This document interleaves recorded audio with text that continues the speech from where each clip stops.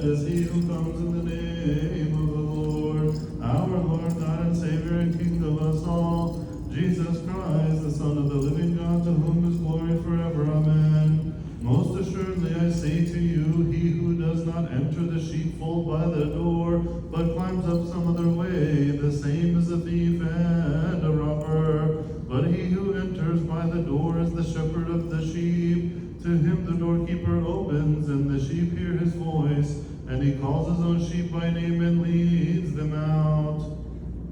And when he brings out his own sheep, he goes before them, and the sheep follow him, for they know his voice.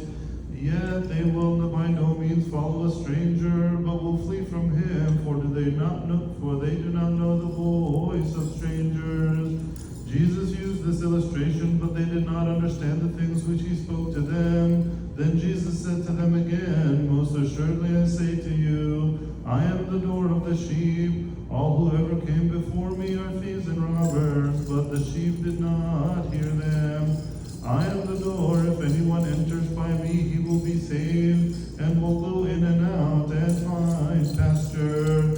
The thief does not come except to steal and kill and to destroy. I have come that they may have life, and that they may have it more abundantly. I am the good shepherd. The good shepherd gives his life for the sheep. But he who is a hireling and not the shepherd, one who does not own the sheep, sees the wolf coming and leaves the sheep and flees, and the wolf catches the sheep and scatters them. The hireling flees because he is a hireling and does not care about the sheep. I am the good shepherd, and I know my sheep, and I am known by my own. As the Father knows me, even so I know the Father, and I lay down my life for the sheep. And the other sheep which I have, which are not of this fold, them also I must bring, and they will hear my voice, and there will be one flock and one shepherd.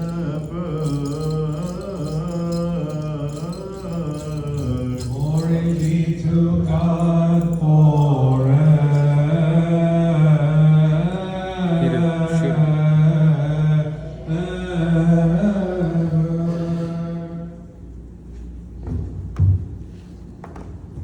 In the name of the Father, the Son, and the Holy Spirit, one God, amen. As you remember, we talked about maybe like a month ago, the Gospel of the Good Shepherd, right? Usually it's read when we have a commemoration of what? A pope or a bishop, right?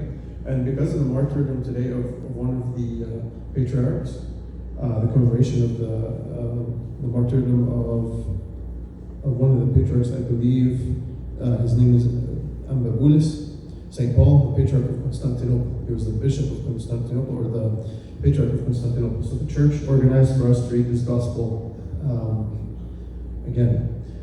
But because this is the Bible, you can read the same passage every single day and get different lessons out of it. If you notice the other readings in the Pauline, in the Catholic Epistle, and as well as in the Gospel, it talks about the idea of truth, and it talks about another thing as well. It talks about deceivers will get worse. If you were paying attention to the Pauline Epistle, it's saying that deceivers are only going to get much worse, and they're going to deceive not just people, but themselves.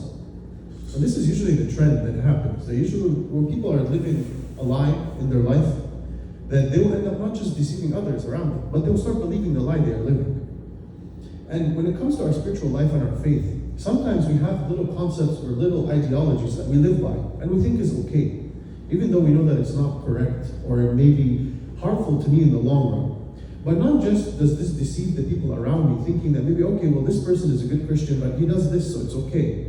But it ends up actually deceiving ourselves, because we end up living or continuing living in this lifestyle and not having any regrets or remorse about it. And it ends up becoming who we are. And one of the biggest things, the biggest traps, whenever we're not serious in our spiritual life, or whenever we're not, as the gospel says, if we stop becoming sheep in his pasture and looking to the true shepherd, to the good shepherd, one of the most dangerous traps that we fall in today is lukewarmness. Lukewarmness. This is such a dangerous war. Lukewarmness is one of the biggest things that plagues our world today.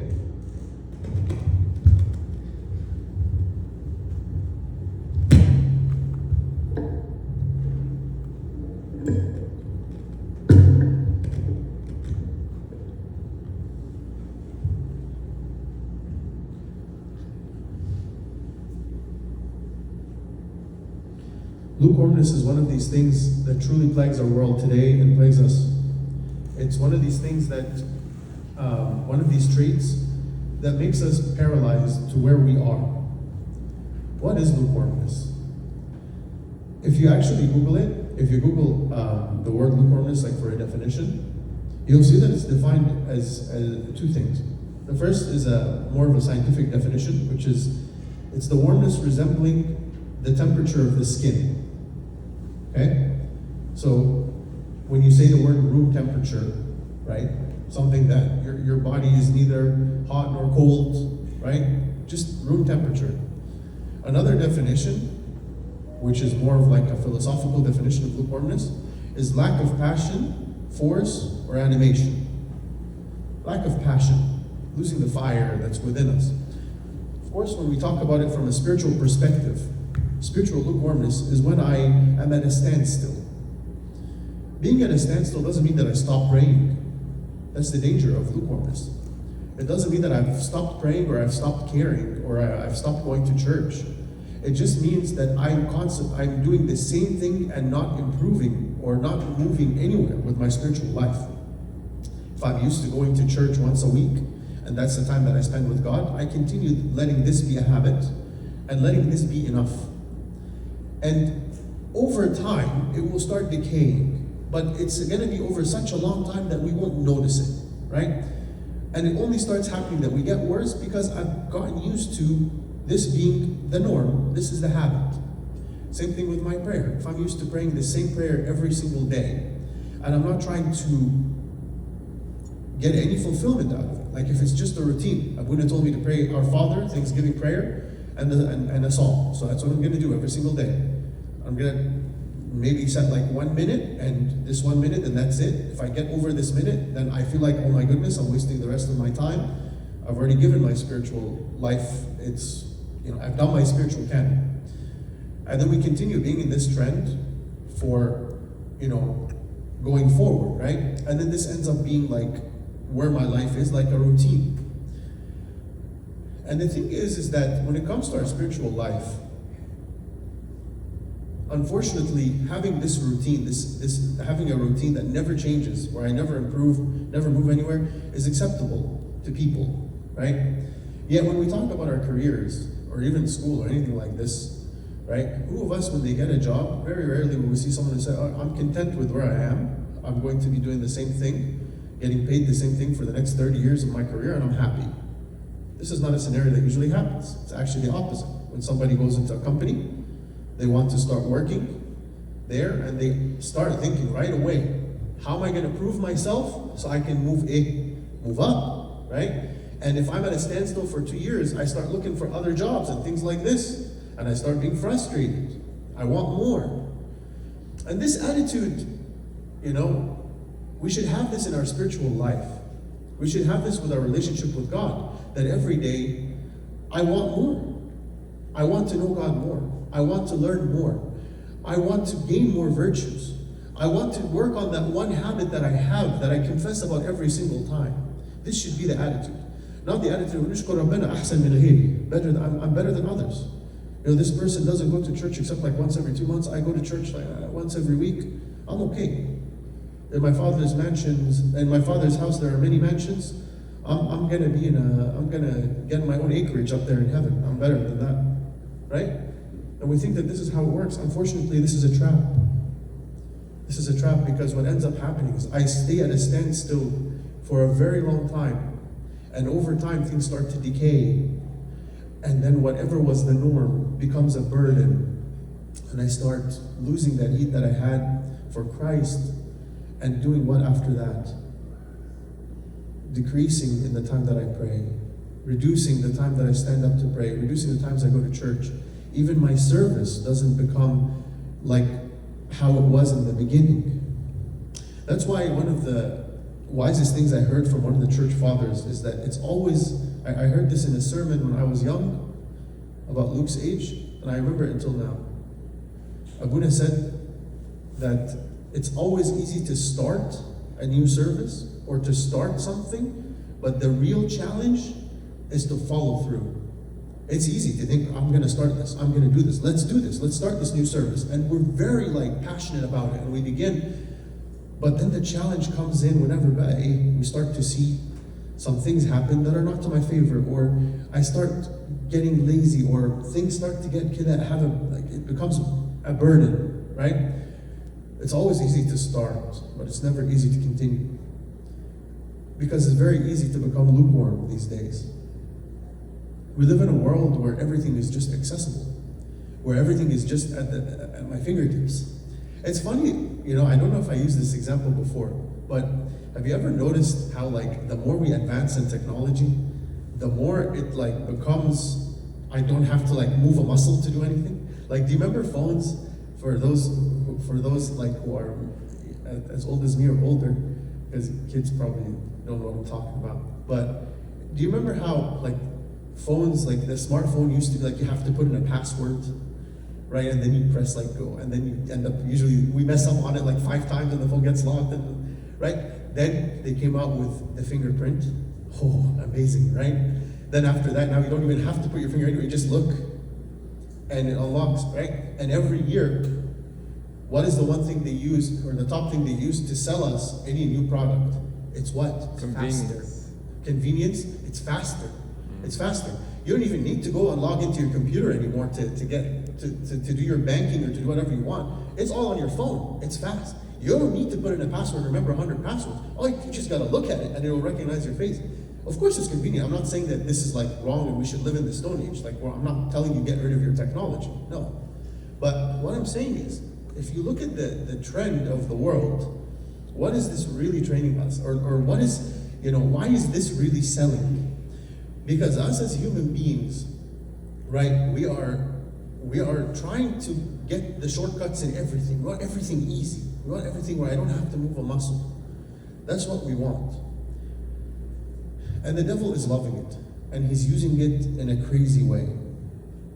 What does the Bible say about lukewarmness? We've mentioned this verse more than one time. It's from Revelation chapter 3, right? When Christ was talking to the church of Laodicea, he said, because you are lukewarm, neither hot nor cold, I'll spit you out of my mouth. And we said that this is, one of the most powerful verses in the book of Revelation. And it was the harshest thing said by Christ to any of the churches. Because of the spirit of lukewarmness, Christ spit he says, I will vomit you out of my mouth. And we have to really understand why this was said and why this is so hated by Christ, this attitude.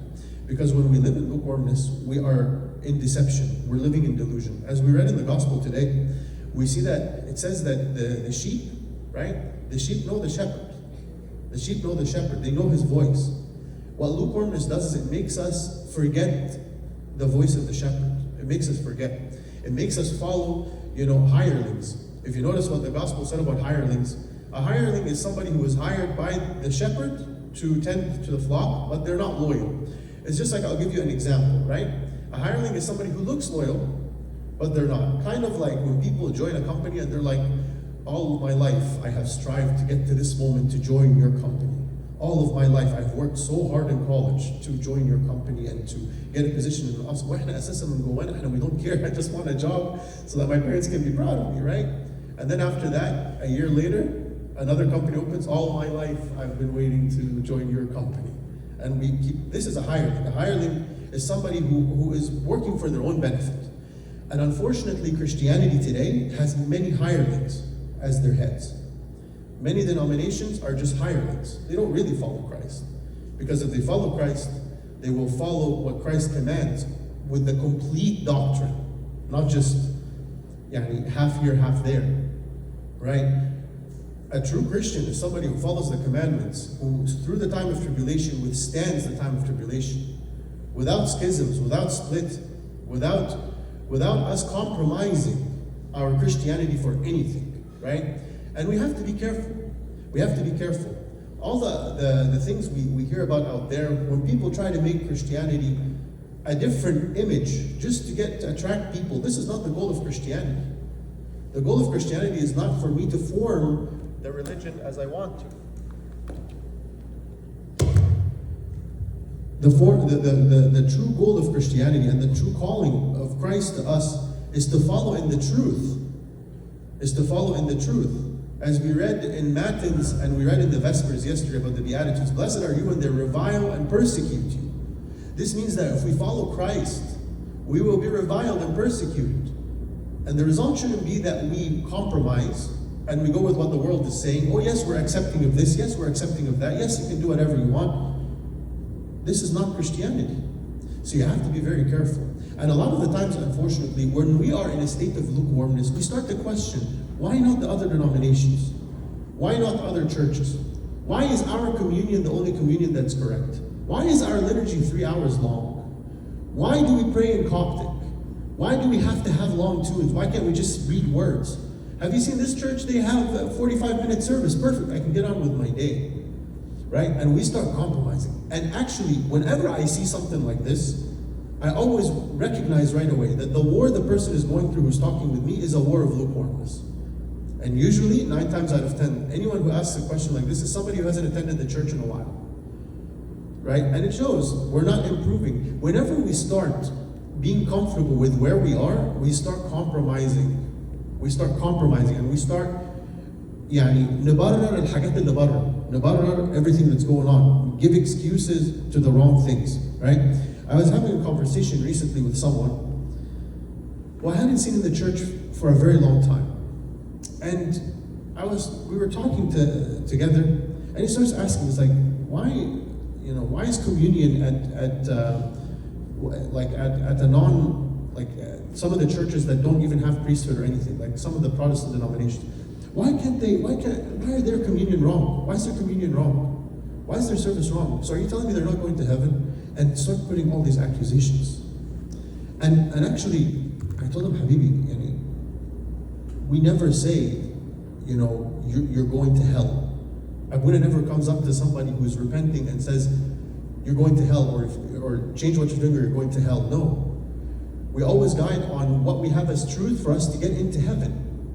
We never sit there and judge or accuse.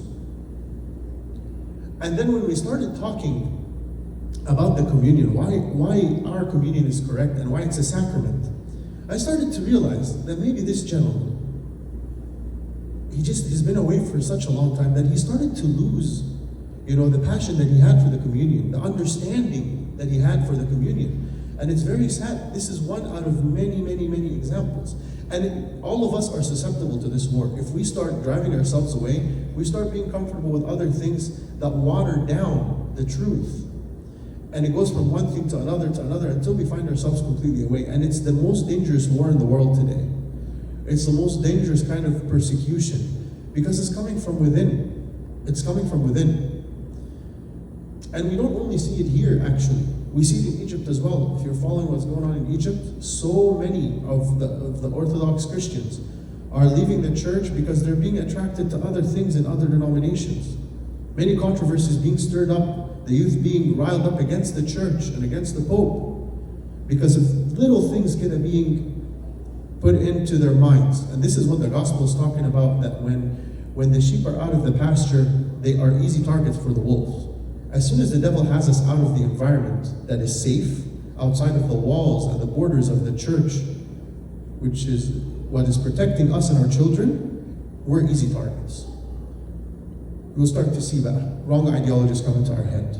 We'll start to see different paths of life that take us into things that we shouldn't be doing. Right? And most dangerously, we give in to the idea of me, what makes me happy, what makes me comfortable, right? As the world teaches us.